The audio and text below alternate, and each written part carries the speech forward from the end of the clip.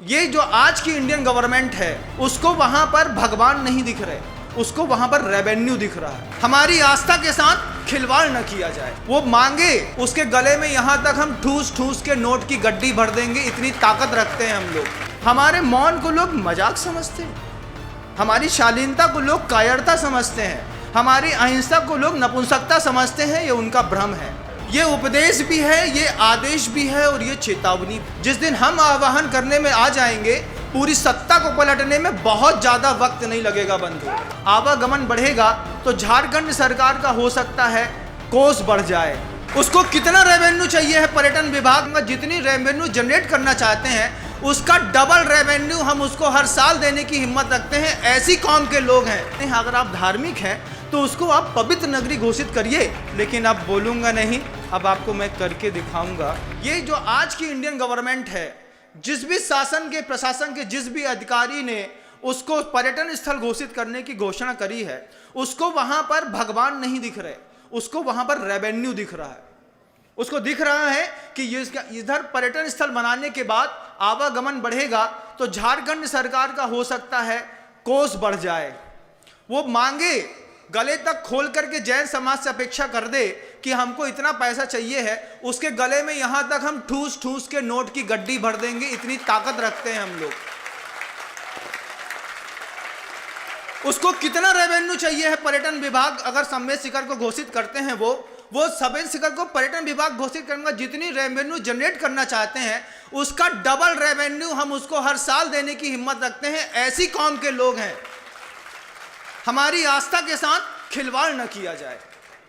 उसको आप अगर सद्भावना रखते हैं, अगर आप किसी भी चीज को मजाक नहीं समझते हैं, अगर आप धार्मिक हैं तो उसको आप पवित्र नगरी घोषित करिए कि यहाँ के सराउंडिंग 50 किलोमीटर एरिया में अगर किसी ने मुर्गी का भी हनन किया तो उसके ऊपर गौ माता की हत्या के बराबर का केस चलेगा।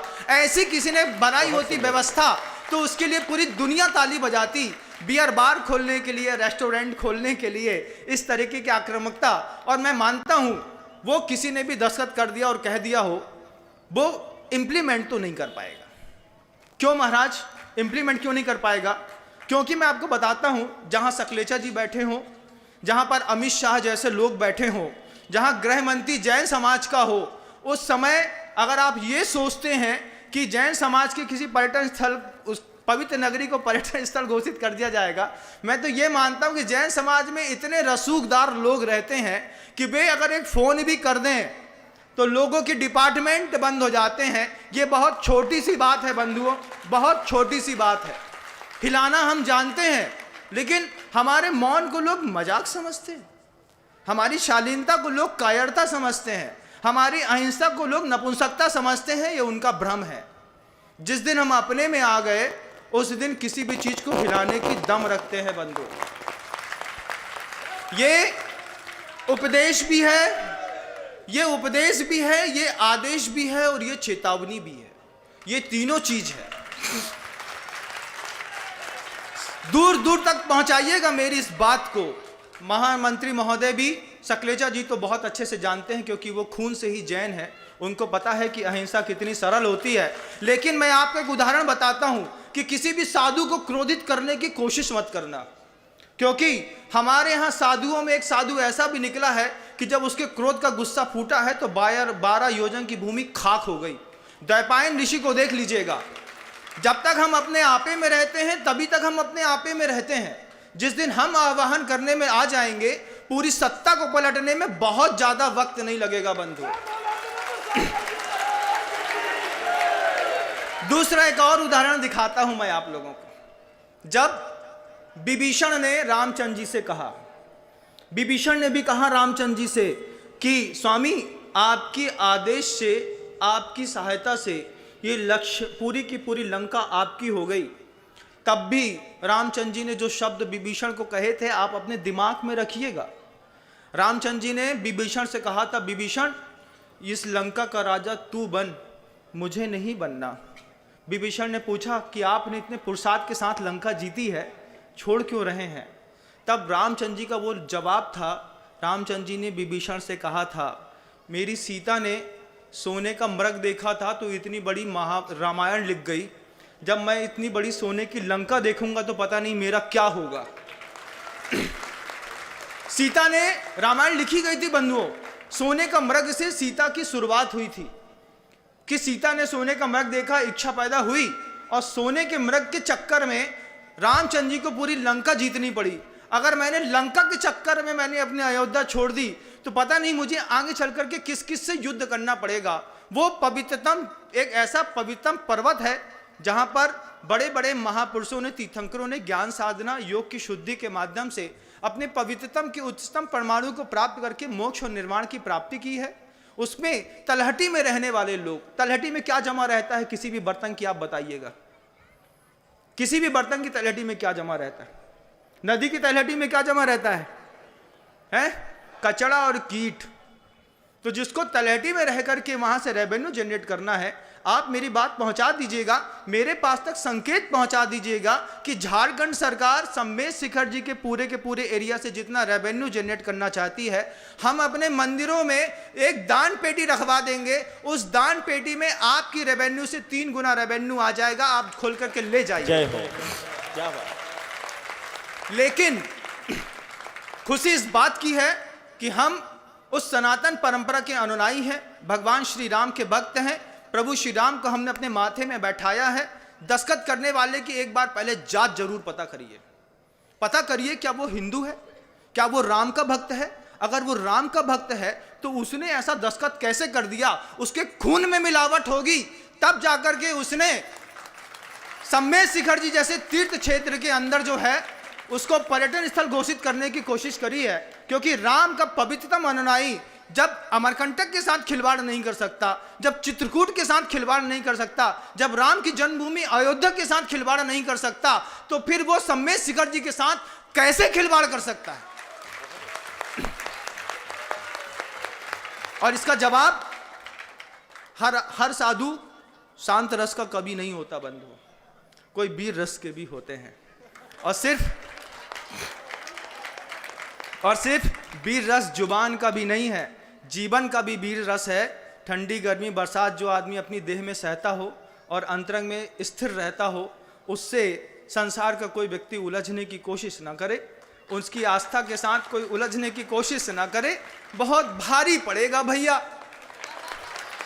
क्या बहुत भारी पड़ेगा। फिर बाद में मत कहना हाथ जोड़ करके किसी मंच में खड़े होकर के कि सरकार से जो गलती हो गई थी, हम सरकार के सारे मुखिया मिल करके माफी मांग रहे हैं। इससे पहले कि चाहे वो वन विभाग ने उसको पर्यटन स्थल घोषित किया हो, चाहे किसी ने किया हो, साफ साफ ऊपर तक, जैसे कृष्ण ने दुर्योधन को चेतावनी दी थी, तो ले मैं भी अंतिम संकल्प सुनाता हूं, याचना नहीं अब रण होगा, जीवन जय या की मरण होगा, टकराएंगे नक्षत्र निखर, बसेगी भू पर वन्य प्रखर, फर शेष नाग का डोलेगा, विकराल काल मुख खोलेगा, दुर्योधन रण फिर ऐसा होगा, फिर कभी नहीं जैसा होगा। क्या बात। भाई पर भाई टूटेंगे, फिर क्या होगा? भाई पर भाई टूटेंगे, विषबाण बूंद के छूटेंगे, वायस श्रृंगार सुख लूटेंगे, सौभाग्य मनुष्य के फूटेंगे, आखिर तू भूसाई होगा, हिंसा का पर्दाई होगा। थी सभा सन्न, सब लोग डरे, चुप थे या बेहोश पड़े, केवल 2 नर ना घाते थे, सौम्य विनम्र सुख पाते थे। मैं, चूंकि मंत्री महोदय यहाँ पर आ ही गए हैं और सकलेजा जी तो बहुत शांत रस के आदमी हैं, वो इतने जल्दी इस बात को समझते हैं क्योंकि मैंने उनको बहुत करीब से बिल्कुल बगल में बैठ करके, मेरी आदत है जब भी कोई पर्सनालिटी वाला आदमी आता है तो मैं उसको घूर के देखता हूँ। मैं उसको घूर के इसलिए देखता हूँ कि मैं ये देखना चाहता हूँ कि दुनिया में इतनी जय जयकार होती है, आखिर इस व्यक्ति में किसी सामान्य व्यक्ति से अलग है क्या। तब मैंने सकलेजा जी को बिल्कुल पास से देखा तो मुझे ऐसा लगा कि जैसे मेरे पापा थे, ठीक वैसे ही सकलेजा जी की सूरत दिखाई देती है। बहुत सुंदर। पिताजी मेरे शांत हो गए बंधुओं, चले गए किसी भी कारण से, लेकिन मैंने सकलेजा जी को बगल से देखा। मैं बैठा था, साधु होने के बाद मैं सोचता था पिताजी के चेहरे से इस व्यक्ति का चेहरा मिलता है और मेरा प्रेम की धारा उमड़ पड़ी। मैंने इनके लिए भगवान आदिनाथ स्वामी कुंडलपुर के बड़े बाबा से कहा था कि भगवान सकलेजा जी के अस्तित्व की रक्षा करिएगा। आज सकलेजा जी से कहना चाहता हूं कि जैन धर्म के अस्तित्व की रक्षा करिएगा, वहाँ पर अमित शाह जी के पास बोलिएगा, नरेंद्र भाई जी मोदी के पास भी बोलिएगा। इतनी तो ताकत हमारे पास भी है, क्योंकि उनका नंबर तो हमारे पास भी है। हम चाहें तो हम खुद भी ये काम कर सकते हैं, लेकिन बड़े लोगों से कहा है कि जब बड़ी बात हो तब बड़े लोगों से बात करो। ये छोटे मोटे काम है, ये आप ही लोग आपस में बात कर लो तो बहुत अच्छी बात है। और बहुत जल्दी, जितनी जल्दी किसी भी धार्मिक मंच में, मैं तो समझता हूं जैसे आप G20 का प्रोग्राम खजुराहो में करने जा रहे हैं, मैं भी अभी 2, 4, 5, 7 दिनों बाद खजुराहो में ही मिलूंगा। मुझे भी वहां पर एक बहुत बड़ा प्रोग्राम करना है, वहां पर मेरा भी एक बहुत बड़ा फंक्शन है। इससे भी बड़ा प्रोग्राम वहां पर भी होने जा रहा है कि नए वर्ष पर पूरी दुनिया की जैन समाज वहां पर आकर के धर्म ध्यान लेगी। अगर आपको लगता है आप पुनः वहां पे पधारिएगा। जब तक आपको 10 दिन का समय देते हैं, अपनी भूमिका बना लीजिएगा, ऊपर तक खबर कर दीजिएगा कि अगर कुछ ऐसा हो गया उसको पवित्र नगरी बना दें, तो बहुत बड़ा बोर्ड बैंकिंग आपके हाथ में कल भी था और आगे आने वाले 20 साल तक बना रहेगा। क्यों भाई, मैं कुछ गलत तो नहीं कह रहा हूं? समर्थन में एक बार जोरदार ताली बजा दो। है? हाँ, केंद्रीय मंत्री जी वीरेंद्र कुमार जी खटीक जी बैठे हैं, सुने हैं सागर और मोरा जी के हैं। उनको तो जैनों की ताकत सागर में बहुत वैसे भी पता चली होगी कि जैनों की खटीक के ऊपर क्या ताकत बता दूं। मैं बता दूं ताकत आपके ऊपर हमारी, कि इन्होंने अपनी जाति के गुणधर्म छोड़ करके जैनों के गुणधर्म अपना लिए। ये क्या कम बात है? क्या बात है? ये क्या भगवान आदिनाथ, शांतिनाथ और मोरा जी और पूरी सागर की जैन समाज के लिए गौरव की बात है कि ये खटीक होने के बावजूद जो व्यक्ति पर्युषण पर्व में जैन घर में भोजन करता हो, एक समय भोजन करता हो, जो नबी उन्होंने अपने मुख से कहा है, इससे ज्यादा जैनों का आपको और क्या प्रभाव चाहिए कि हम आपके घर में कभी आए नहीं और आपके दिल में हमेशा हमेशा के लिए उतर गए। ये जैनियों की ताकत होती है बंधुओं। और माननीय वीरेंद्र जी खटीक साहब से भी मैं कहना चाहता हूं, सकलेजा जी से भी कहना चाहता हूं, शिवराज जी साहब के पास भी। शिवराज जी साहब तो ऐसा है कि जैसे राम के पीछे हनुमान लगा था, ऐसे गुरुदेव विद्यासागर जी महाराज के पीछे प्रदेश के मुख्यमंत्री शिवराज सिंह जी चौहान लगे रहते हैं बंधुओं। मैंने कितनी बार मंचों में देखा है इस बात को कि शिवराज सिंह चौहान जी साहब ने ये बात बार बार कही है कि सरकार रहे या न रहे, गुरुओं की बात कभी काटी नहीं जा सकती। आज उन्हीं गुरु का दूध बनकर मैं आपसे भी ये बात कहना चाह रहा हूं कि ये हस्ताक्षर के अभियान का समय नहीं है। अगर आपने बात सही समय पे नहीं मानी तो हस्ताक्षर अभियान छोड़ करके हम हस्तक्षेप के अभियान में शामिल हो जाएंगे। उसके बाद आप ये मत कहिएगा कि हस्तक्षेप का अभियान इस छोटे से कलम चलने के कारण, क्योंकि लिखने वाले ने तो कागज में 2 पैसे की स्याही से सिर्फ अपना विचार लिखा है, उसको अभी इम्प्लीमेंट करने में बहुत वक्त है। उसके पहले कि वो पन्ना सुधर जाए तो बहुत अच्छी बात है। G20 आपके यहाँ होने वाली है, हमारी G20 भी खजुराहो में होने वाली है, जिसमें हम ग्राउंड स्तर के जितने भी कद्दावर रसूखदार लोग हैं, ये सारे के सारे लोग 5 दिनों के लिए खजुराहो में आ रहे हैं। और न्यू ईयर का फेस्टिवल जो आपकी बात अंग्रेजी संस्कृति है, उसको एक विधान का महोत्सव देकर के हमने मनाने का प्रयास किया है। जैन समाज के जितने भी कद्दावर रसूखदार लोग हैं, मैं उसको मंच के माध्यम से कहना चाहता हूं कि इस बार अपनी फैमिली के साथ आप खजुराहो के में अपने 5 दिवसीय कार्यक्रम के साथ नए वर्ष का उत्सव मनाएं, साथ में गुरुदेव का आशीर्वाद प्राप्त करें। और आगे की क्या रूपरेखा इस पवित्रतम जैन समाज की होनी चाहिए, इसमें हम अमित जी शाह को और सकलेचा जी को पुनः आमंत्रित करेंगे। और वीरेंद्र जी खटीक, नाम से जरूर खटीक हो सकते हैं, जब उनका नाम ही वीरेंद्र है, जब वीरों का इंद्र है तो वो जरूर से नरेंद्र और महावीर का अनुयायी होंगे। ये तो वक्त वक्त की बात होती है, कभी मिट्टी सोना बन जाती है, कभी सोना मिट्टी बन जाती है। किसी पूर्व पर्याय में जैन का प्रभाव था, इसलिए जैनियों की बात इतनी गंभीरता और शांति के साथ सुन ली। मैं दोनों को आशीर्वाद देता हूँ, प्रभु जी से प्रार्थना करता हूँ और बार बार भावना करता हूँ कि ये पर्यटन की बात जो सम्मेद शिखर जी के लिए कर दी गई है, इसको पवित्र नगरी की बात भी आप रखिएगा। ये भी करिएगा कि वो जैनों का तीर्थ है जहाँ 24% रेवेन्यू इनकम टैक्स में जैन समाज देता है।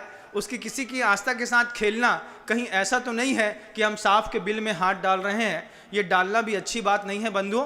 गुरुदेव ने मुझे एक बार हमेशा सिखाई थी कि आपकी ज़िंदगी से अगर एक आदमी भी टूट गया तो आप अपनी ज़िंदगी की असफलता मानिएगा। सफल शासक वो होता है जो सबको साथ में लेकर के चलता है। किसी के इतने सारे दिलों में एक साथ क्षोभ पैदा करना, ये कोई हिंसा की बात हो सकती है, लेकिन अहिंसा की बात तो नहीं है। छोटी सी कलम की लिखी बात है, जितनी जल्दी सुधर जाए उतना अच्छा है। नहीं तो अगले कार्यक्रम में आगाज़ हस्ताक्षर का ना हो करके हस्तक्षेप का होगा, उसकी ध्वनि भी मैं आपके पास पहुंचा दूंगा। पहली बार बोला हूं, लेकिन अब बोलूंगा नहीं, अब आपको मैं करके दिखाऊंगा।